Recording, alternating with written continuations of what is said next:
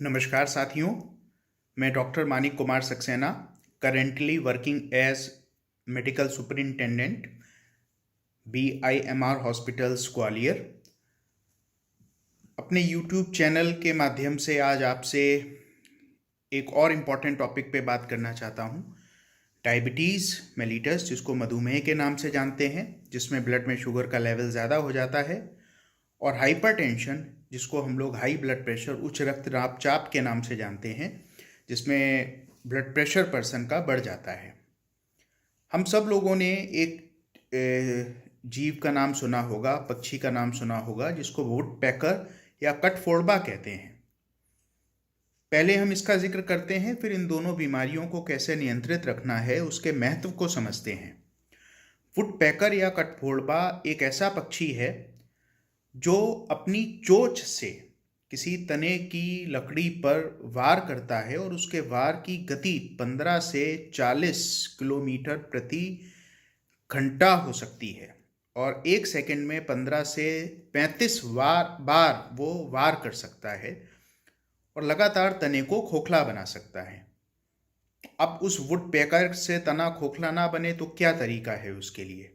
या तो हम उसको उड़ा दें तने से, या अगर वो बैठा ही है पेड़ पर तो उसकी चोंच को कस के बांध के रखें, जिससे वो हिट ना कर सके तने को।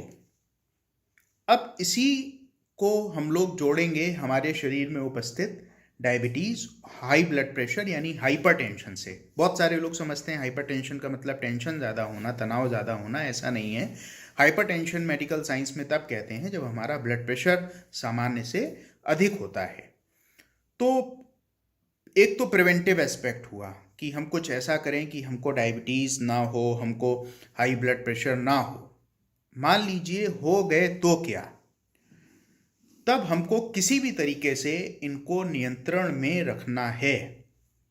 याद रखिए, डायबिटीज़ और हाई ब्लड प्रेशर अधिकांश केसेस में इनके कोई लक्षण नहीं होते।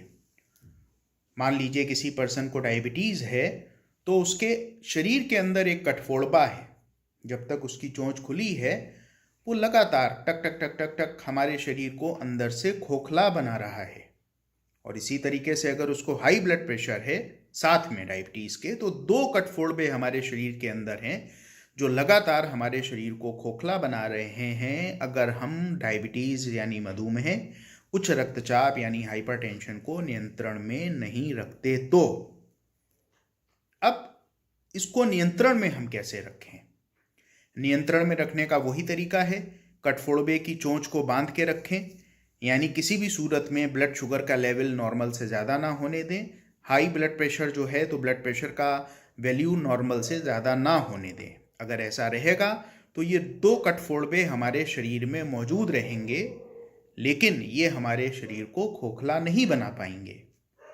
आप लोग सोच रहे होंगे कि हम इनको अपने शरीर से उड़ा क्यों नहीं देते? हो सकता है अलग अलग पैथीज़ में अलग अलग चीज़ें हों, नेचुरोपैथी, होम्योपैथी, आयुर्वेद, यूनानी या अन्य विधाएं इलाज की जो ये क्लेम करती हों कि डायबिटीज़ को हम हमेशा के लिए मिटा सकते हैं। लेकिन जहाँ तक मॉडर्न मेडिकल साइंस एलोपैथ का सवाल है, अभी तक कोई ऐसी दवा नहीं आई जो इनको जड़ से ख़त्म कर दे। यानी अगर हम क्यूरेटिव ट्रीटमेंट की तरफ जाते हैं तो वो मॉडर्न मेडिकल साइंस के पास नहीं है। यानी हम कठफोड़वों को शरीर से उड़ा नहीं सकते, केवल ये प्रयास कर सकते हैं कि हमारी शुगर नियंत्रित रहे, हमारा ब्लड प्रेशर नियंत्रित रहे, जिससे कठफोड़वे की चोंच बंधी रहे और वो कठफोड़वा हमारे शरीर को नुकसान ना पहुंचा पाए। अब अगला सवाल आता है कि कैसे हम कठफोड़वे की चोंच को बांध के रखें, यानी कैसे हम ब्लड प्रेशर को नियंत्रित रखें, कैसे हम शुगर को नियंत्रित रखें। बहुत सारे तरीके होते हैं। मेडिसिन तो सबसे आखिरी चीज़ है। सबसे पहली चीज़ है हमको हमारा लाइफ स्टाइल चेंज करना होगा, नेचर के साथ जाना होगा। नेचर के साथ जाने का मतलब है समय से सोइए, समय से जागिए।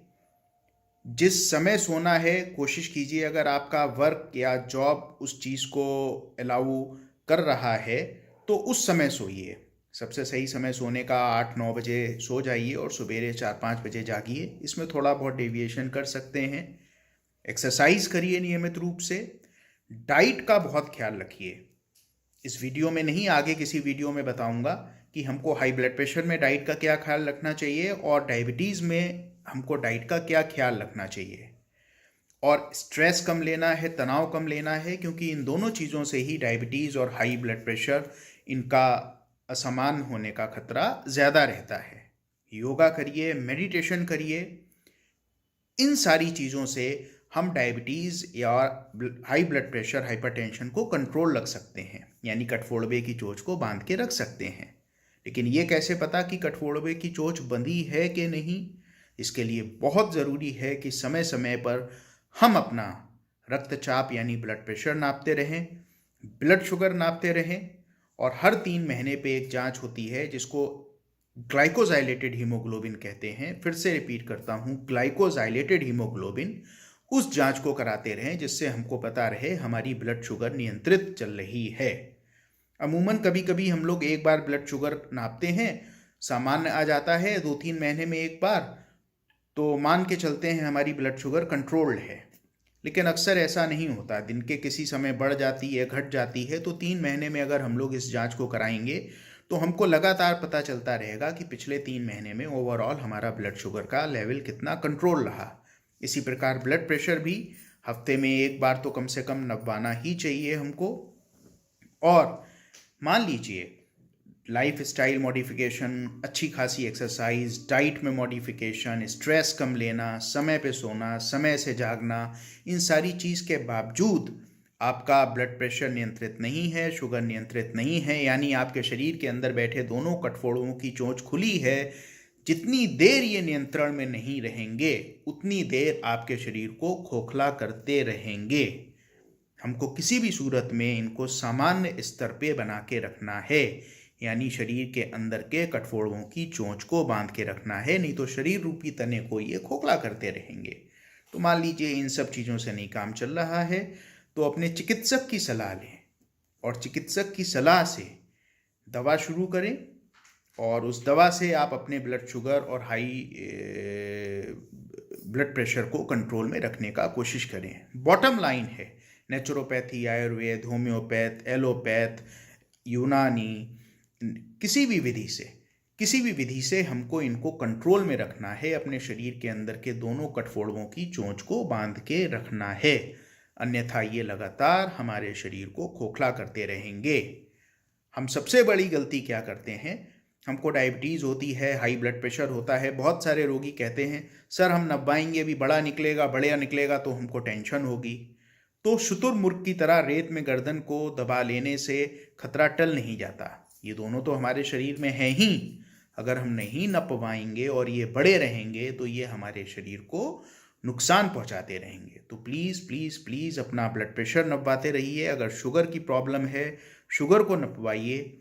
जिस किसी विधि से आप अपने ब्लड शुगर को या हाई ब्लड प्रेशर को कंट्रोल कर सकते हैं, कंट्रोल करने की कोशिश करिए, नहीं तो ये लगातार हमारे शरीर को खोखला ही बनाते रहेंगे। एक इम्पॉर्टेंट बात यह है, इन दोनों ही बीमारियों के टारगेट ऑर्गन हमारी पूरी बॉडी होती है, यानी पूरे शरीर को ये डैमेज करते हैं। लेकिन सबसे ज़्यादा ये मस्तिष्क को डैमेज करते हैं, वहाँ पर स्ट्रोक यानी लकवे का खतरा बढ़ा देते हैं। आँखों को डैमेज करते हैं, आँखों को रेटिना जो पर्दे की समस्या है, डायबिटीज़ भी आँखों के पर्दे को ख़राब करती है, हाई ब्लड प्रेशर भी, और ये खराबी परमानेंट होती है। तीसरा, फिर हम अगर आ जाएं तो हृदय पर, हमारे शरीर में हार्ट अटैक के खतरे को ये कई गुना बढ़ा देते हैं, और दोनों ही बीमारियां किडनी की डिजीज़ को भी बढ़ा देती हैं। तो ये 4 इनके मुख्य टारगेट होते हैं। 1 और 1 11 की स्थिति हो जाती है जब ये दोनों हमारे शरीर में होते हैं। डायबिटीज़ अगर कंट्रोल्ड नहीं है तो हाई ब्लड प्रेशर के डैमेजेस को बढ़ाती है। हाई ब्लड प्रेशर है अगर, तो वो डायबिटीज़ कंट्रोल नहीं है तो उसके डैमेजेस को, क्षति को हमारे शरीर में बढ़ाता है। तो कहने का आशय सिर्फ इतना है कि अगर ये दोनों बीमारियां या इनमें से कोई एक बीमारी दुर्भाग्यवश आपको हो गई है, घबराने की कोई ज़रूरत नहीं है। एक बहुत फास्ट बॉलर थे पाकिस्तान के, उनको ये डायबिटीज़ की शिकायत थी। और इस किस्म की शिकायत थी कि वो इंसुलिन से ही सही होती थी। उसके बावजूद उनकी फास्ट बॉलिंग से पूरे दुनिया के बल्लेबाज थर्राते थे। तो कहने का मतलब हम बिल्कुल सामान्य लाइफ स्टाइल जी सकते हैं, बशर्ते हम इनको नियंत्रित रखें। तो इनकी तुलना कठफोड़वे से करिए जो आपके शरीर के अंदर है, और जब जब आपकी ब्लड शुगर बढ़ी हो, ब्लड प्रेशर बढ़ा हो, आप सोचिए कि आपका पेड़ एक तना है और एक कठफोड़वा अगर ब्लड प्रेशर है और अगर साथ में डायबिटीज़ भी है, तो 2 कठफोड़वे ठक ठक ठक ठक ठक ठक 15 से 25 किलोमीटर या 35 किलोमीटर प्रति घंटे की रफ्तार से हर सेकंड 15 से 25 बार आपके शरीर को हिट करके आपके शरीर को खोखला बना रहे हैं। सजग रहिए, स्वस्थ रहिए और अपने और अपनों के स्वास्थ्य का ख्याल रखिए। धन्यवाद।